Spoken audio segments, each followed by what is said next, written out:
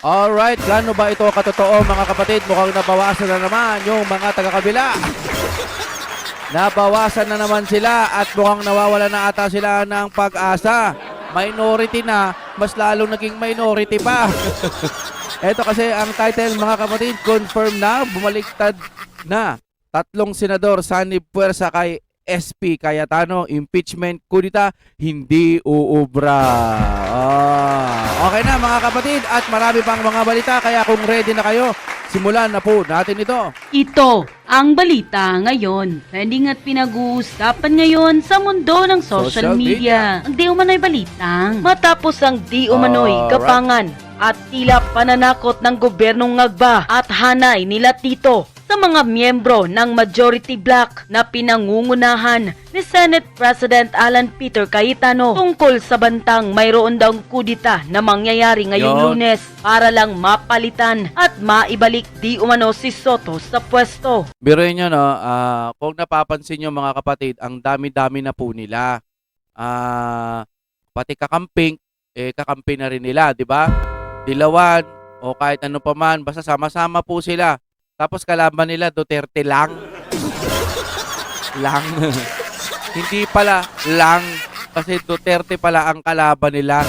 Ang dami nabi nila, kumbaga, Duterte, laban sa lahat ng mga buaya. Totoo ba yun? Okay. Tuloy-ulit natin. Nakita nyo, di ba? Hirap na hirap po silang pabagsakin si BP Sara. Dito pa lang, gapangan pa lang, hirap na sila.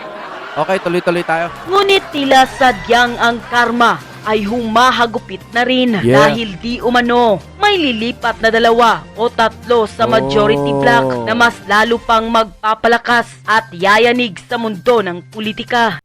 Sige, maganda yan. Kaysa makipagplastikan kayo dun sa BBM. Makipagplastikan kayo dun sa mga minority. Lumipat na kayo. Wala nang pag-asa dyan. Nakba na nga eh. Alam nyo kapag ang sukatan ngayon ng pagiging matalino, kapag BBM ka, sobrang talino mo. Ting talino mo si Manang Claire. Gusto nyo ba yan? Pero bago ang lahat, kung bago ka pa lamang sa aming channel, please huwag kalimutang mag-like, subscribe at i-click ang notification bell para mas maging updated ka pa lalo sa lahat pa ng bagong video na i-upload namin. At eto na nga mga kababayan, ayon pa sa kumpirmadong balita ng source na ang balita ngayon, may lilipat na 2 o 3 pa Jason Sa may parinig sa umano'y paglipat ng allegiance sa Senado. Nagbigay ng pahayag ang veteran broadcaster na si Jason Sa kaugnay ng umiinit na usapin tungkol sa umano'y panibagong galawan sa Senado kasunod ng kontrobersyal na pagpapalit ng liderato sa mataas na kapulungan. Sa kanyang social media post, tila ipinahiwatig ni Sonsa na may ilang senador umanong maaring lumipat ng suporta pabor sa kasalukuyang Brave 13 bloc. So ito ito ang napipinto na lilipat o baka lumipat na. Itong 3 na to mga kapatid, tandaan nyo. Pero sana magtuloy-tuloy na to Talagang wala nang pag-asa yung mga taga-kabila. Si Tito Sen, pag lumipat yan, huwag nyo tanggapin. Hindi naman tapos. Ang grupong sumuporta sa pagkakaluklok ni Senate President Alan Peter Cayetano kapalit ni dating Senate President Tito Soto III. Ayon kay Sonsa, may lilipat na 3 pala, papunta sa kampo ng Brave 13 sa susunod na linggo. Alright. Tagumpay ang bayan. Kasunod nito, nagdagdag pa si Sonsa ng isa pang komento na tila tumutukoy umano sa ilang personalidad sa Senado. Iyong isa, malaki ang galit, mamang may daladalang papel gawa sa rekto. Iyong isa, ilamadista, ayaw kasama ang mga talunan, laging sigurista. Iyong isa, nauntog, ayaw mapag-iwanan at matawag na may maletang kargadera ng motor. Lumabas ang mga pahayag ni Sonsa habang umiikot ng mga espekulasyon tungkol sa panibagong leadership movement sa Senado ilang araw lamang matapos mapalitan ang liderato ng kapulungan. Matatanda ang napaulat kamakailan na may mga usap-usapan umano tungkol sa posibleng panibagong pagbabago sa Senate leadership, kabilang ang paglutang ng pangalan ni Senator Juan Miguel Zubiri bilang posibleng consensus candidate sakaling magkaroon muli ng realignment sa Senado. Gayunpaman, base sa naging pahiwatig ni Sonsa, tila kabaliktaran umano ang direksyon ng galawan dahil sa halip na magkaroon ng panibagong pagpapatalsik kay Cayetano, posible pa umanong lumakas ang kasalukuyang majority bloc. Sa ngayon, wala pang opisyal na kumpirmasyon mula sa mga senador kung may tunay ngang lilipat ng suporta sa kampo ng Brave 13 sa mga susunod na araw. Ay, maganda yan, lipat na kayo kasi pagka pinilit nyo pa rin sarili nyo dyan, isa lang ang masasabi ko, ayaw nyong mapabuti ang ating bansa, di ba? Huwag na kayong kumampi dun sa kabila, wala na. Ang tingin dun sa kabila, lame duck na nga daw eh. Wala na yun, wala na. Kung ako sa inyo, tama yan, magsilipat na kayo sa mga iba pang... Ang itira nyo dun sila, Risa Ontiveros, Bam Aquino, Kiko Pangilinan, Tito Soto, yun na lang, hayaan nyo na sila. Konti na lang yan, kahit magingay na magingay yan, wala yan. Ako po mga banateros, eto talagang lihitimong shocking news. Sunod-sunod. Sir Jay, shout out. Tatlo mahigit or tatlong senador or mas mahigit pa na mga babaliktad. Naku, sino-sino itong mga senador na to Ganda na mga ng mic babaliktad at sino nga ba yung naging present na Santa Claus at namigay ng kwarta ng kwarta dito sa mga congressman na pumirma sa impeachment laban kay Vice President Sara Duterte. Oh. At ito yung actual CCTV footage ng kaguluhan sa Senado ay ilalabas na. So yun yung mga pag-uusapan natin mga banateros. At syempre, don't forget to like, share, comment, and subscribe sa ating YouTube channel. Paipindot na lang din po yung bell button para lagi kayong updated sa ating mga video araw-araw. At eto na nga, no, alam naman na natin na sobrang grabing daming issue ngayon ng mga pinag-uusapan dito sa bansang Pilipinas. Lalong-lalo na ho itong sinasabi na naman nila na panibagong kudita sa Senado dahil gustong-gusto nilang mabawi ang pagiging Senate President. Gawa ng, alam naman na natin ngayon na ang Senate President sa Senado ay si Senator Alan Peter Cayetano. So ngayon, dahil napalitan na si Soto, ay talagang maituturing or masasabi natin na ligtas na talaga etong impeachment kay Vice President Sara Duterte. Kaso, eto nga, ay gumagawa sila ng paraan para mabawasan yung mga senador na boboto or magno-no or hindi sasang-ayon sa impeachment laban kay Vice President Sara Duterte. Kaya, papasok dito yung isyong may 3 senador or mas higit pa ang babaliktad. So, sa madaling salita, mga senador na kumakampi or maituturing natin na maaaring hindi natin maiisip na pipirma or boboto sa impeachment laban kay Vice President Sara Duterte ay maaaring bumaliktad na. Yun. So ibig sabihin mag-yes na sila dito sa impeachment. At bakit nila to gagawin? No, dahil nga daw sa mga panggigipit at sa mga gagawin sa kanila. So etong 3 senador na to, sana ay wag naman sana din, no? Wag naman din sana natin na talagang matuluyan itong balitang ito dahil ito kasing 3 senador na to ay may plano daw ang itong mga anti-Duterte na yariin. So madali hindi natin alam kung physical ba, paano yayariin or sasampahan kasi ngayon nakikita ho natin at nakikita naman natin sa mga post itong ginagawa na kay Senator Chis Escudero. Sa maano nga ho dito ay may post nga po kay Senator Chis Escudero na yan makikita nyo dyan sa screen na ombudsman pinag-aaralan na rin ang pagpapapris sa assets ni Senator Chis Escudero. So eto, no, assets. Sana nakikinig ang Panginoon, no? Hipuin niya sana yung puso ni Ombudsman. Tusok-tusukin niya pa ng gano'n. Oy. Yung kamay na. Oy. Gumising ka nga sa katotohanan, Ombudsman. Yung kapatid mo si John Vic, mukhang maganda na yung sinasabi. Ikaw, puro pa rin BBM. Wala yung nga sinasabi ko talaga pa sa pagpera, no? Pagka malaki sweldo. Ganyan siguro. Ni Senator Chis Escudero, kumikilos na umano ang ombudsman para hingiin sa Anti-Money Laundering Council or AMLAC na i-freeze ang assets ni Senator Chis Escudero ayon kay Ombudsman Boying Remulla. Ito ay kasunod ng pagpapalabas ng mga Sandigang Bayan 6th Division ng precautionary hold departure order or PHDO para sa senador na nagbabawal na sa kanyang lumabas ng bansa. Isa si Escudero sa mga idadawit sa maanumalyang flood control project. So yan, no? Hindi ko sinasabi na si Senator Teka lang, ano na naman ang kinalaman ni Jesus Escudero dyan kung sakasakali? Ito namang mga taga-kabila, kung ano-ano na lang eh. Di ba sinabi niya na nga si Romualdez? Yun na yun eh, natumbok niya na eh. Pero magpasa hanggang ngayon, parang wala naman silang ginagawa para kasuhan na talaga. Sabi nila si Romualdez, ganyan, si Romualdez na. Pero wala naman tayong nakikitang kinulong na si Romualdez. No, para eme-eme lang, wala lang, may masabi lang na si Romualdez na ang sisisihin kasi naririnig nila sa taong bayan si Romualdez. Magpasa hanggang ngayon wala. Tapos ngayon si Chis naman may kinalaman sa flood control.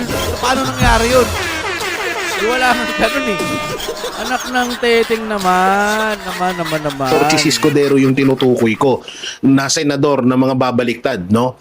Pero, kagaya nga ho ng pinakita ko sa inyo is maaaring gawin, kasi alam naman na natin na kaya ginigipit etong si Senator Chis Escudero dahil, una-una, diba? Siya yung humadlang o siya yung nag-archive na tama naman yung ginawa niya. Siya yung nag-archive sa impeachment laban kay Vice President Sara Duterte. Kaya galit na galit etong mga makakaliwa, etong mga gustong-gustong ma-impeach si BP Sara.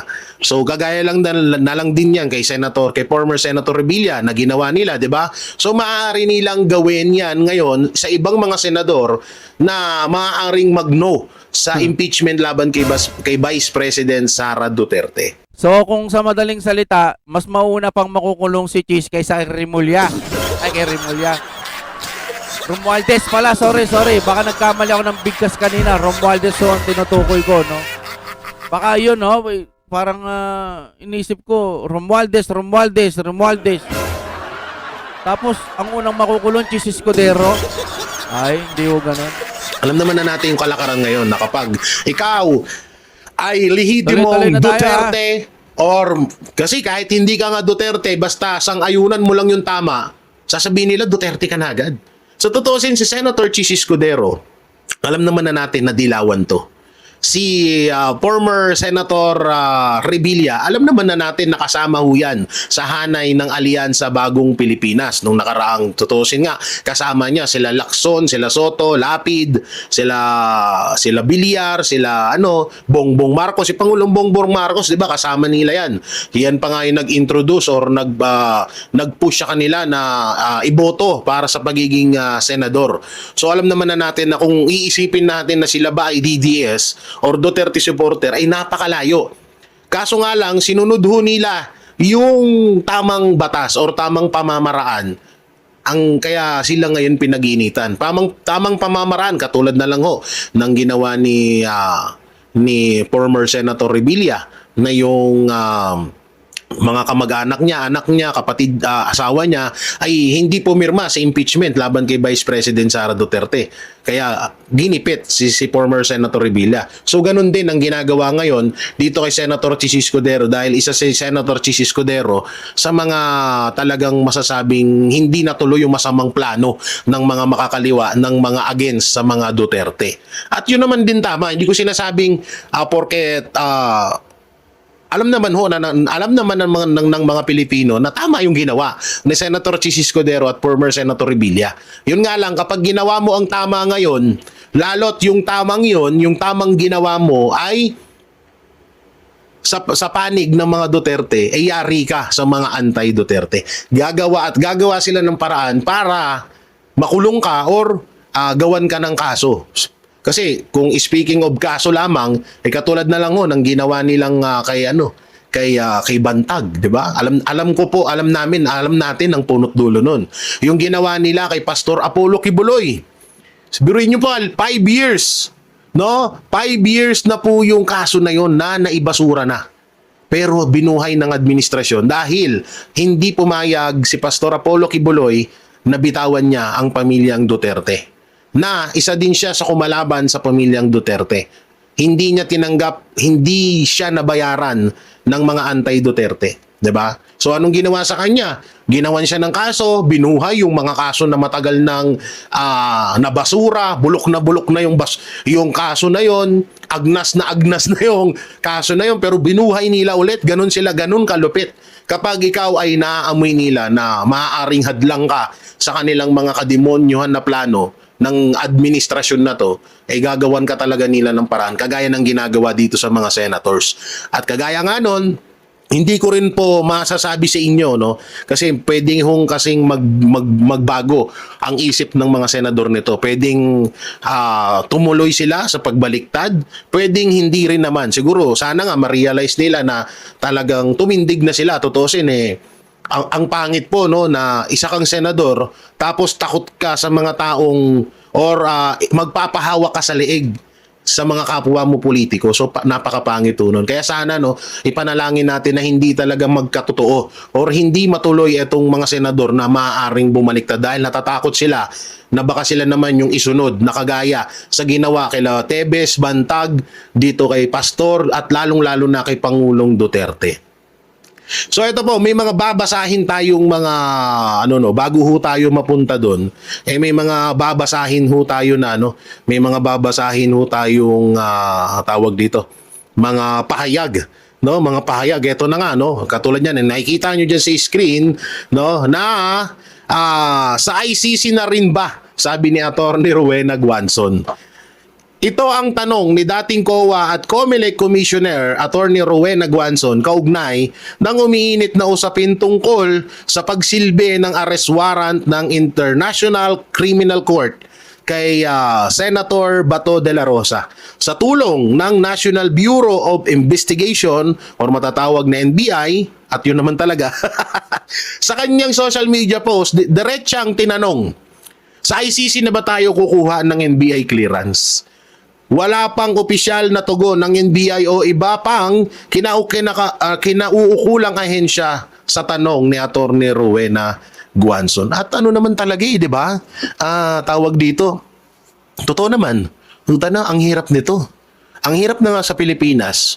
Gagastos pa tayo ng halos ilang daang libo para lang makakuha tayo ng NBI dahil yung NBI clearance natin ay nasa ICC na. Alam niyo, tuwa talaga, idol, sa totoo lang, idol ko to. Sobrang talino nito ni Attorney Rowena Guanzon. Hindi ko alam kung saan nilalagay ang katalinuhan nito. Siya yung matalinong siya yung matalinong may pagkasira ulo. Yung tipong kapag tatanga-tanga ka, basag ka talaga sa kanya. Katulad na lang itong sinabi niya sa NBI, na saan tayo kukuha ng NBI clearance sa ICC? Na tama naman kasi unang-una, ang NBI ay bakit kailangan at talagang sa pagkakaalam ko, labag sa batas or labag sa konstitusyon natin na sumunod ang NBI sa ICC, 'di ba? Sa International Court, Criminal Court. Kasi una-una, wala na ho tayo, hindi na ho natin kapanalig or hindi na natin kadikit yung ICC. Wala nga silang jurisdiction dito sa Pilipinas. Tapos susundin siya ng NBI, ng National Bureau Investigation. So parang ang labo nga naman. Kaya tama naman talaga tong tanong ni Attorney Rowena Guanzon, no, na bakit niyo sinunod? 'Di ba? Bakit niyo sinunod yung Bakit niyo sinunod yung kagustuhan ng ICC? Samantalang dito pa tayo eto pinakamalupit. No, ito ang pinakamalupit na isa sa mga balita ngayon. Ito nga, babasahin natin. May kita nyo dyan sa screen. Ang sabi dito, Ombudsman walang kapangyarihan. Ba? Ito umani ng atensyon online ang naging pahayag ni Attorney Israelito Turion, legal counsel ni Senador Bato de la Rosa, matapos niyang questionin kung maaari bang patawan ng ombudsman ng preventive suspension ang Office of the Senate Sergeant at Arms o masatawag na OSA chief kaugnay ng kontrobersyal na insidente na ng putukan sa Senado noong Mayo 13. Sa kanyang social media post, diretsa niyang sinabi, can the Ombudsman presentably suspend the chief of OSA with utmost due respect, no. Oo. So, ito yung sinabi niya, no? Walang kapangyarihan magsuspinde ng OSA si Ombudsman Boying Rimulya. So, bakit niya ginawa yun, no? Kalakip ng kanyang post ang ilang pahina ng legal analysis na tumatalakay sa umano'y constitutional independence ng Senado bilang co-equal branch ng gobyerno at kung bakit umano hindi basta maaaring pakialaman ng ibang constitutional body ang internal disciplinary matters nito. So grabe, no? Hindi yan na makikita niyo dyan sa screen, no? Grabe, no? So ibig sabihin kung wala tong sa totoo lang kung wala yung mga attorney na yung may mga alam sa batas katulad nila Attorney Rowena Guanzon, Attorney Sarelito Turion, kung wala yung mga yan, hindi natin malalaman na hindi pala sakop ng kapangyarihan ng ombudsman etong pagpapasuspend dito sa sa Sergeant at Arms ng Senado, sa security ng sa chief ng security sa Senado. So ano ibig sabihin nito ni Boying Rimulya? Siya mismo na ombudsman nilalabag niya yung batas. 'Di ba? So bakit ginagawa to ni Boying Rimulya? So alam na natin 'yan. 'Di ba? Kaya nga simulat sa pool pa lang na upo si Boying Rimulya diyan sa pagiging ombudsman, alam na ho natin nagagamitin talaga siya ni Marcos Jr. para sa mga ganitong paraan. Para sa mga ganitong kawalangyaan. Grabe, no? Ang tindi talaga, grabe. Sobrang tindi, no? At ito pa ang pinakamalupit, no? Ito na yung sa CCTV, no? Breaking news. CCTV footage ayaw umanong ibigay kay Boying. Aba, sino naman tong ayaw ibigay kay Boying? Mas lalo pang umiinit ang kontrobersya sa Senado matapos ihayag ni Ombudsman Jesus Crispin Boying Rimulya na umano'y tumanggi ang Senado na tumanggap ng subpoena para sa hinihiling CCTV footage at iba pang records kaugnay ng tensyon at insidente ng warning shot noong Mayo 13. Sa ulat na inilabas, sinabi umano ni Rimulya na nais ng ombudsman na makakuha ng security camera footage mula sa Senate complex. Bilang bahagi ng investigasyon sa naging stand-up sa pagitan ng Senate Security at mga operatiba ng National Bureau of Investigation, ngunit tumanggi umano ang mga kinakaukulan ng Senado. Giniit rin ni Rimulya na consider service kahit hindi tinanggap ang kanilang subpoena. Oo, grabe, no? So, yan, makikita nyo dyan, no? Ayaw daw ibigay kay Ombudsman Boying Rimulya. Tsaka ito, una-una, baka pati ito, sana mapanood to ni Attorney Turion na baka pwede niya ring italakay na baka pati itong paghihingi ng CCTV footage ng ombudsman sa Senado ay bawal din. Or sa madaling salita, walang kapangyarihan ng ombudsman na hingiin yung CCTV footage sa pangyayari doon sa Senado. Baka gano'n kasi doon pa lang sa pagpapasuspinde dito kay anong pangalan nga nito? Nakalimutan ko. Alcamas ba to? Basta yung Sergeant of Arms, no? Yung Sergeant of Arms ng OSA or ng Senate ay bawal din palang panghimasukan ni Boying Rimulya. Ang tindi, no? Piruin niyo yan, mga banateros, mga kabiyaya. Hindi nila saklaw yung mga ginagawa nila. So, paano na lang kaya sa katulad nating ordinaryong Pilipino na alam mo yun na kung yung mga kilalang mga tao kagaya nila Pastor Kibuloy, Pangulong Duterte, kay Senator Bato de la Rosa, mga kilalang tao yan, kung maituturing makapangyarihan, no? Sila yung isa sa mga powerful dito sa Pilipinas, sa bansa natin. Pero tignan nyo kung gaano sila gipitin. Paano na lang kaya tayong ordinaryong Pilipino? So ibig sabihin sa mga nangyayari ngayon, talagang lehitimong walang pakialam ang administrasyon sa atin. Wala talaga silang pakialam sa mararamdaman natin, sa iisipin natin. Kasi una-una, ito pa, kahapon, di ko alam kung kahapon or kanina, na sinabi ni Pangulong Bongbong Marcos na ito, basahin natin meron ditong post. Ito basahin natin. Sabi niya, huwag manahimik pag may nakitang mali. Aba! Nagbigay ng matinding paalala si Pangulong Ferdinand Marcos Jr. sa mga bagong nagtapos ng Philippine Military Academy or PMA. Matapos niyang himukin ng mga ito na huwag manahimik kapag may nakikitang maling gawain. Aba, ang lupit mo Ang lupit mo. Talaga, President, idol ka talaga namin. Sobrang idol mo. Biruin mo, naisip mo yan. Tsaka biruin mo, yung wag manahimik pag may nakikitang mali. Bakit hindi mo nakikita yung pagkakamali mo? Wisit talaga. Ang tindi talaga ng presidente natin.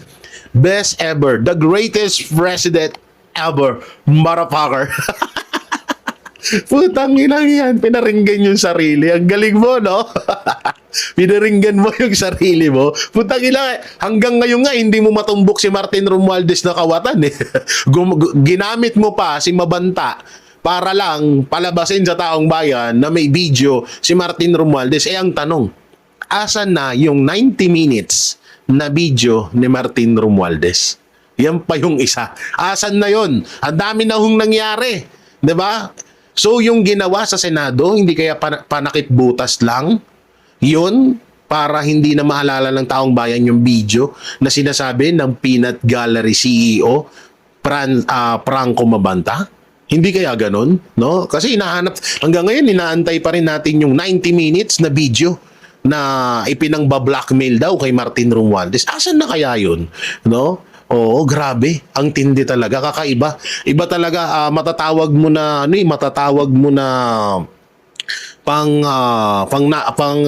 international convergence zone tong mga utak ng administrasyon. Samantalang ito nga, may pahayag po, ito mapunta na ho tayo doon sa isa sa mga exciting part.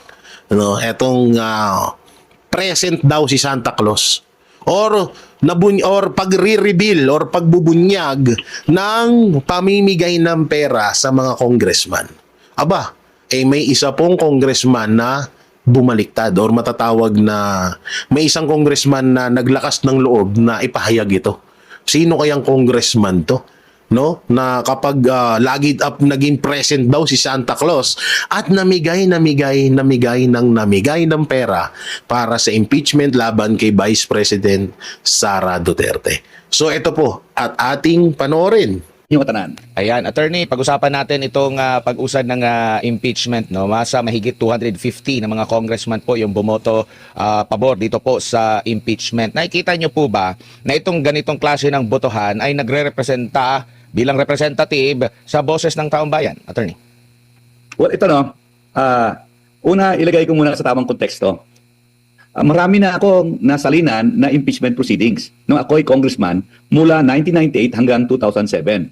Naalala ko impeachment ni Mercedes Gutierrez, impeachment ni Añano Desierto, ito yung mga ombudsman impeachment ni COMELEC Chairman Benjamin Abalos, impeachment ng Chief Justice Davide at ang kanyang mga Associate Justices ng Korte Suprema, at ang impeachment ni Presidente Arroyo.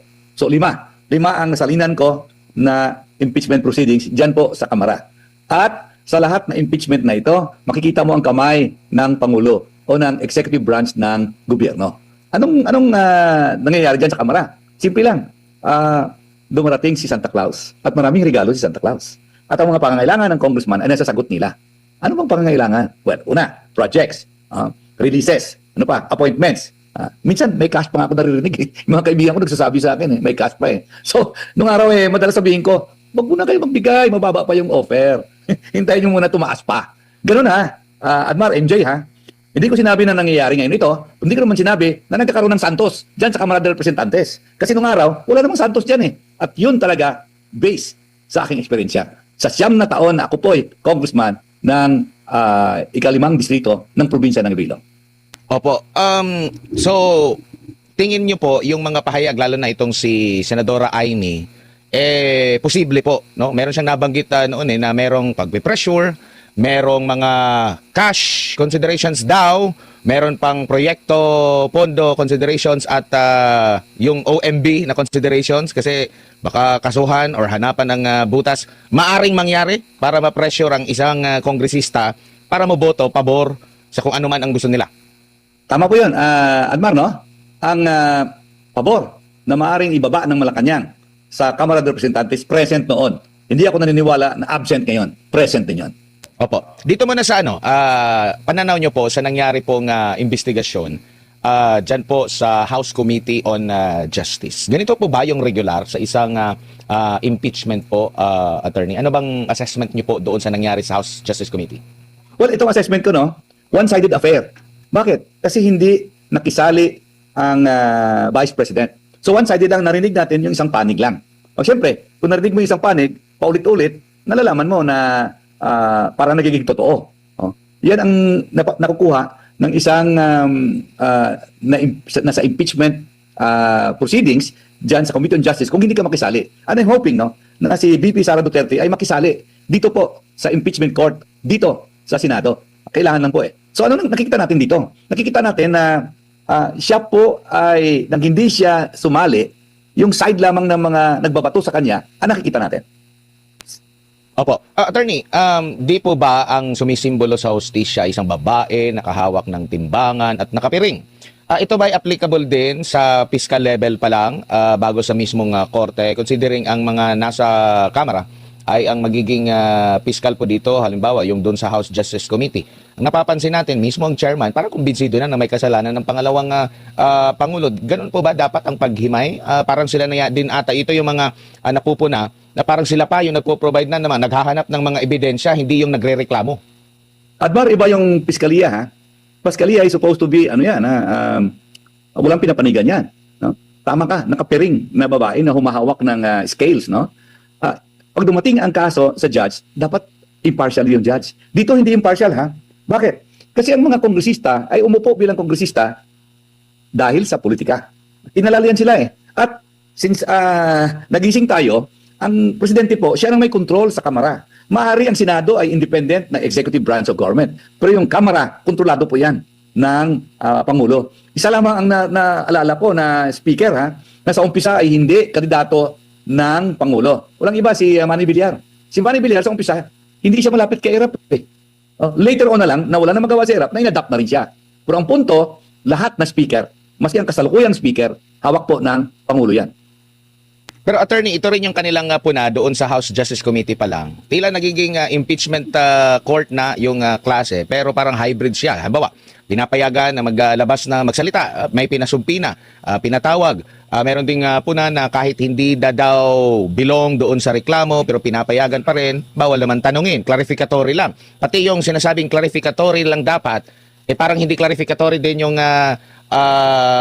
tanungan, or pag nagtanong ka, hindi ka rin pinapayagan. Kina-crash out kasi daw sa impeachment court lang daw. Ito ba napansin mo rin po, attorney? Napansin ko yun, no? Ang napansin ko pa dito, siyempre, alam na natin na ang Justice Committee ay in favor ng merong probable cause na findings. Walang duda yun eh. In fact, bago dumating yung bago final yung apat na impeachment complaints laban kay VP Sara, alam na natin anong mangyayari eh. Ang mangyayari ay magkakaroon ng probable cause, no? At alam naman natin na ang committee report, no? Tatlo yun ha, committee report, House resolution, articles of impeachment, no? Tatlo yun. Alam naman natin na laban yun kay VP Sara eh. At alam naman natin na ang boto ng Kamara ay pabor, no? Sa committee report, House resolution, at saka articles of impeachment. Wala ko nakikita eh, na hindi sila papabor doon. Bakit? Kasi ang boto nila ay boto para sa salbasyon nila. Remember, ito yung mga nadumi sa imahe ng Kamara de Representantes bilang isang institusyon. Bakit sinabi ko na nandumi? Ito yung mga, yung 2022 up to 2025, 19 Congress yun. Yun ang kongreso ng mga kawatan.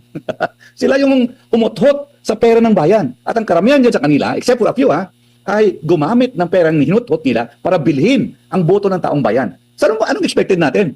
Ang boto nila sa impeachment ay boto para salbarin ang sarili nila. Natatakot sila na pag umupo itong si VP Sara, papakulong sila. Yan po ang katotohanan. Sir, mayong gabi, is MJ ito. At para po sa mga nanonood ay board member pala si Attorney Rolex. Diyan po sa Iloilo Incumbent. Sir, pag-usapan po natin ang inyong pong karanasan sa House of Representatives. ano ang involvement? Ano yung pagka-evolve, sir? Anong kaibahan noong panahon mo at panahon ngayon sa paghawak sa Pondo ng Bayan? Alam mo, una, nung panahon ko, ang pork barrel ay only 70 million pesos. 70 million pesos lamang. Divided into 20 million soft at 50 million hard. Yun lang yun. Noong 2013 po, si Greco Bellica ay nag-file ng kaso sa Korte Suprema para declare ito unconstitutional. No? So, granted yun ng Korte Suprema. No? Nung panahon ko, yung allocation mo na 70 million ay pinipublish yun sa isang newspaper, no? Nationwide newspaper. So, nakikita mo yun. After 2013, wala ka nakikita. Kumano na, nagtago na ang pork barrel. In fact, no, ang pangalan niya, hindi natin alam. Ang pangalan na allocables, lumabas lang po yan noong December. At ang allocation ng mga congressman, hindi natin alam eh. Doon sa distrito namin, sa 5th District, ngayon lang namin nalaman, parang January lang namin nalaman eh, na 1.5 billion pala.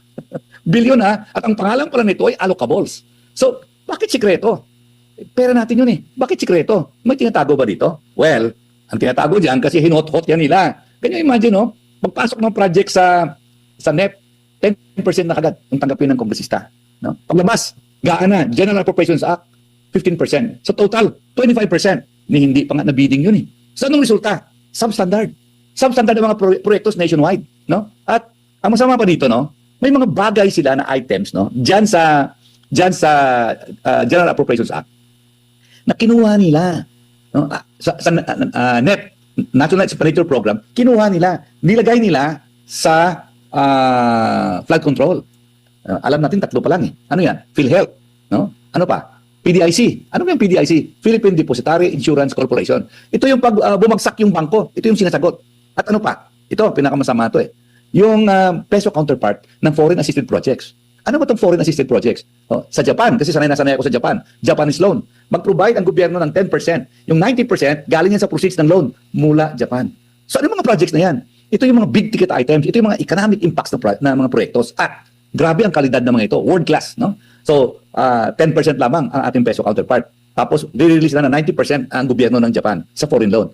So, bakit nila kinuha ang mga items na ito nilagay sa flood control? Kasi kung nakalagay doon, nakalagay sa PhilHealth, nakalagay sa PDIC, nakalagay sa peso counterpart, hindi mo pwedeng nanakawin eh. Hindi mo pwedeng suyupin. Naka-itemize eh. Oo, naka-itemize eh. itemize. Kung nilagay mo sa flood control, kita na ngayon. Lagay mo sa flood control, akin yung public works eh. Pipiliin ko kung sino ang mananalo ng kontraktor. So, kickback sa akin. Ganun na nangyayari, buong Pilipinas. So, ano nakikita mo mga proyekto? Kita mo yung kalye. Bako-bako, no? Nag-scaling, no? Bitak-bitak. Kung nag-scaling ang proyekto, yung miskla mahina. Natatawa nga ako eh. Bawal walisan. Bakit bawal walisan? Kasi napupudpud eh. Ako po. Di ba nakikita niyo yan? Napupudpud ang proyekto. Ito talaga mga congressman na ito. Opo. Attorney, nauso din po ba sa inyo yung House Concurrent Resolution number 10, yung pong liquidation by certification sa MOOE? Bakit hindi ganon? Uy. Kasi lumalabas eh. Lumalabas yan sa public. Pinapublish kasi ang allocation ng bawat kongresista na 70 million pesos at the time. Nagkaroon ng publication eh. Ito sikreto eh. Hindi pangalan lang nito, hindi natin alam eh. Grabe. Pero Oo. Kailan na ba, MJ? Nalaman natin yung allocables. recently December lang. Oh, recently December lang. Mm. Can you imagine, 2013 pa yun hanggang 2025, December? Ilang taon nakaraan nun?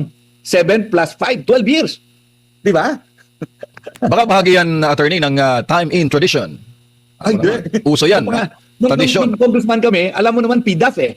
Priority Development Assistance Fund. PDAF ang pangalan. At alam mo na 70 million bawat kongresista. At alam mo na ang 70 million divided into 2. 20 million na soft projects at 50 million na hard projects. At every year, nakapublish yan. Naalala ko sa bulletin nata pinapublish nila eh. O, ganun ha. So, alam mo ngayon mga proyektos mo. No? Alam mo kung ano yung kailangan lagyan ng project. Ngayon hindi eh. Yung bundok, no? Maski hindi kailangan ng flood control, nilalagyan. In fact, hindi natin alam kung ano yung flood control eh. Noong nagsabi ang Pangulo, mahiya naman kayo, ako yung tataka. Hindi ko alam eh. 2 weeks later, naglabas ang sumbong sa Pangulo. Doon ko nalaman na ang flood control pala ay generic terms. It's a generic term. Tapos, 18 categories pala ang flood control, including slope protection, yung mga ganon, seawall. Sa amin, maraming seawall eh. Bitak-bitak nga eh. Ako po. May mga butas eh. Substandard, parang pinatong lang doon eh. Hindi naman kailangan eh. Waldas lang ang pera ng gobyerno. Opo. Attorney, Ito po, nasa 60 yata na congressman ang hindi bumoto. Ang iba nag-abstain, ang iba nag-straight no, ang iba umabsent. Sa inyo pong panahon, noong nagkakabotohan na sa plenaryo, kapag nailusot po yung articles of impeachment, anong rule nung panahon ninyo, sir? Zero budget ba yung mga yung tutol sa impeachment? O bibigyan pa rin, kahit konti? Ganito, no, MJ, nasa opposition ako noon. Was deputy minority leader. So therefore, kami yung nag-ipapa-impeach. Halimbawa, no? Halimbawa ko lang ha. Nung panahon ni Chief Justice Hilarion Davide, no? Di ba umalis si Erap at nagpalit si Presidente Arroyo. Okay? So sinwear in nila si Presidente Arroyo. Sino nag-swear in? Chief Justice, no? Pagkatapos niya, nakaupo na si Arroyo. Ang nangyari, itong si Justice Panganiban, gumawa ng libro. No? Sa akin pa yung kopya ng libro eh. Sabi niya, bago daw mangyari na nagkagulo sa palasyo, pumunta daw si GMA sa kanila, nagpapaturo kung paano magiging presidente. No? Ang masama dito, si Erap, nagtawid sumakay sa bangka. Pumunta from Malacanang Palace, pumunta sa Malacanang Park. Magkatabi lang yan, pero ilog, Pasig ang sa gitna. Ngayon, nung nag-file ang kaso si Erap, sabi, hindi naman ako nag-resign, babalik na ako. No? Bilang Pangulo. Sabi ng Korte Suprema, implied resignation. At lahat sila pumirma. Tinuruan nyo nga si GMA paano maging presidente. Tapos sinuwerein nyo. Tapos nung pinailang kaso, kayo rin na-resign. Di ba impeachable yun? So pinailan namin ng impeachment sila. Yun ang mga sinalinan ko noon, MJ. Technical, no? Technical. Oh, hindi lang ha. Alam mo na alam mo. Alam na alam mo. Tinuruan mo si Vice President Arroyo paano palitan si Erap. Sinuwerein mo na. Tapos lumabas ka ng libro. Nung nag-file ng kaso, dinesisyon na mo pabor. Di ba impeachable yun? So nag-file kami ng impeachment. Alam mo, binabaan kami ng TRO ng Korte Suprema. At wala kami magawa. So anong nangyari? Nirespeto namin yun. Kasi wala naman kami magawa eh. But then, ang opposition noon tunay. Hindi ko masabi ng opposition ngayon sa Kamara ay tunay. Parang company yun eh. Oo, parang yung halimbawa ng minority leader, kampi pa rin ng majority. Parang gano'n yung company union, parang gano'n yung meaning eh. Kalaban mo, nakasama mo, parang gano'n na attorney. Ay, hindi tunay na opposition eh. Di ba ang Chief of Staff yan nagiging Bureau of Immigration Commissioner? Naku po. Attorney, bago lang po ulit si Partner Admar.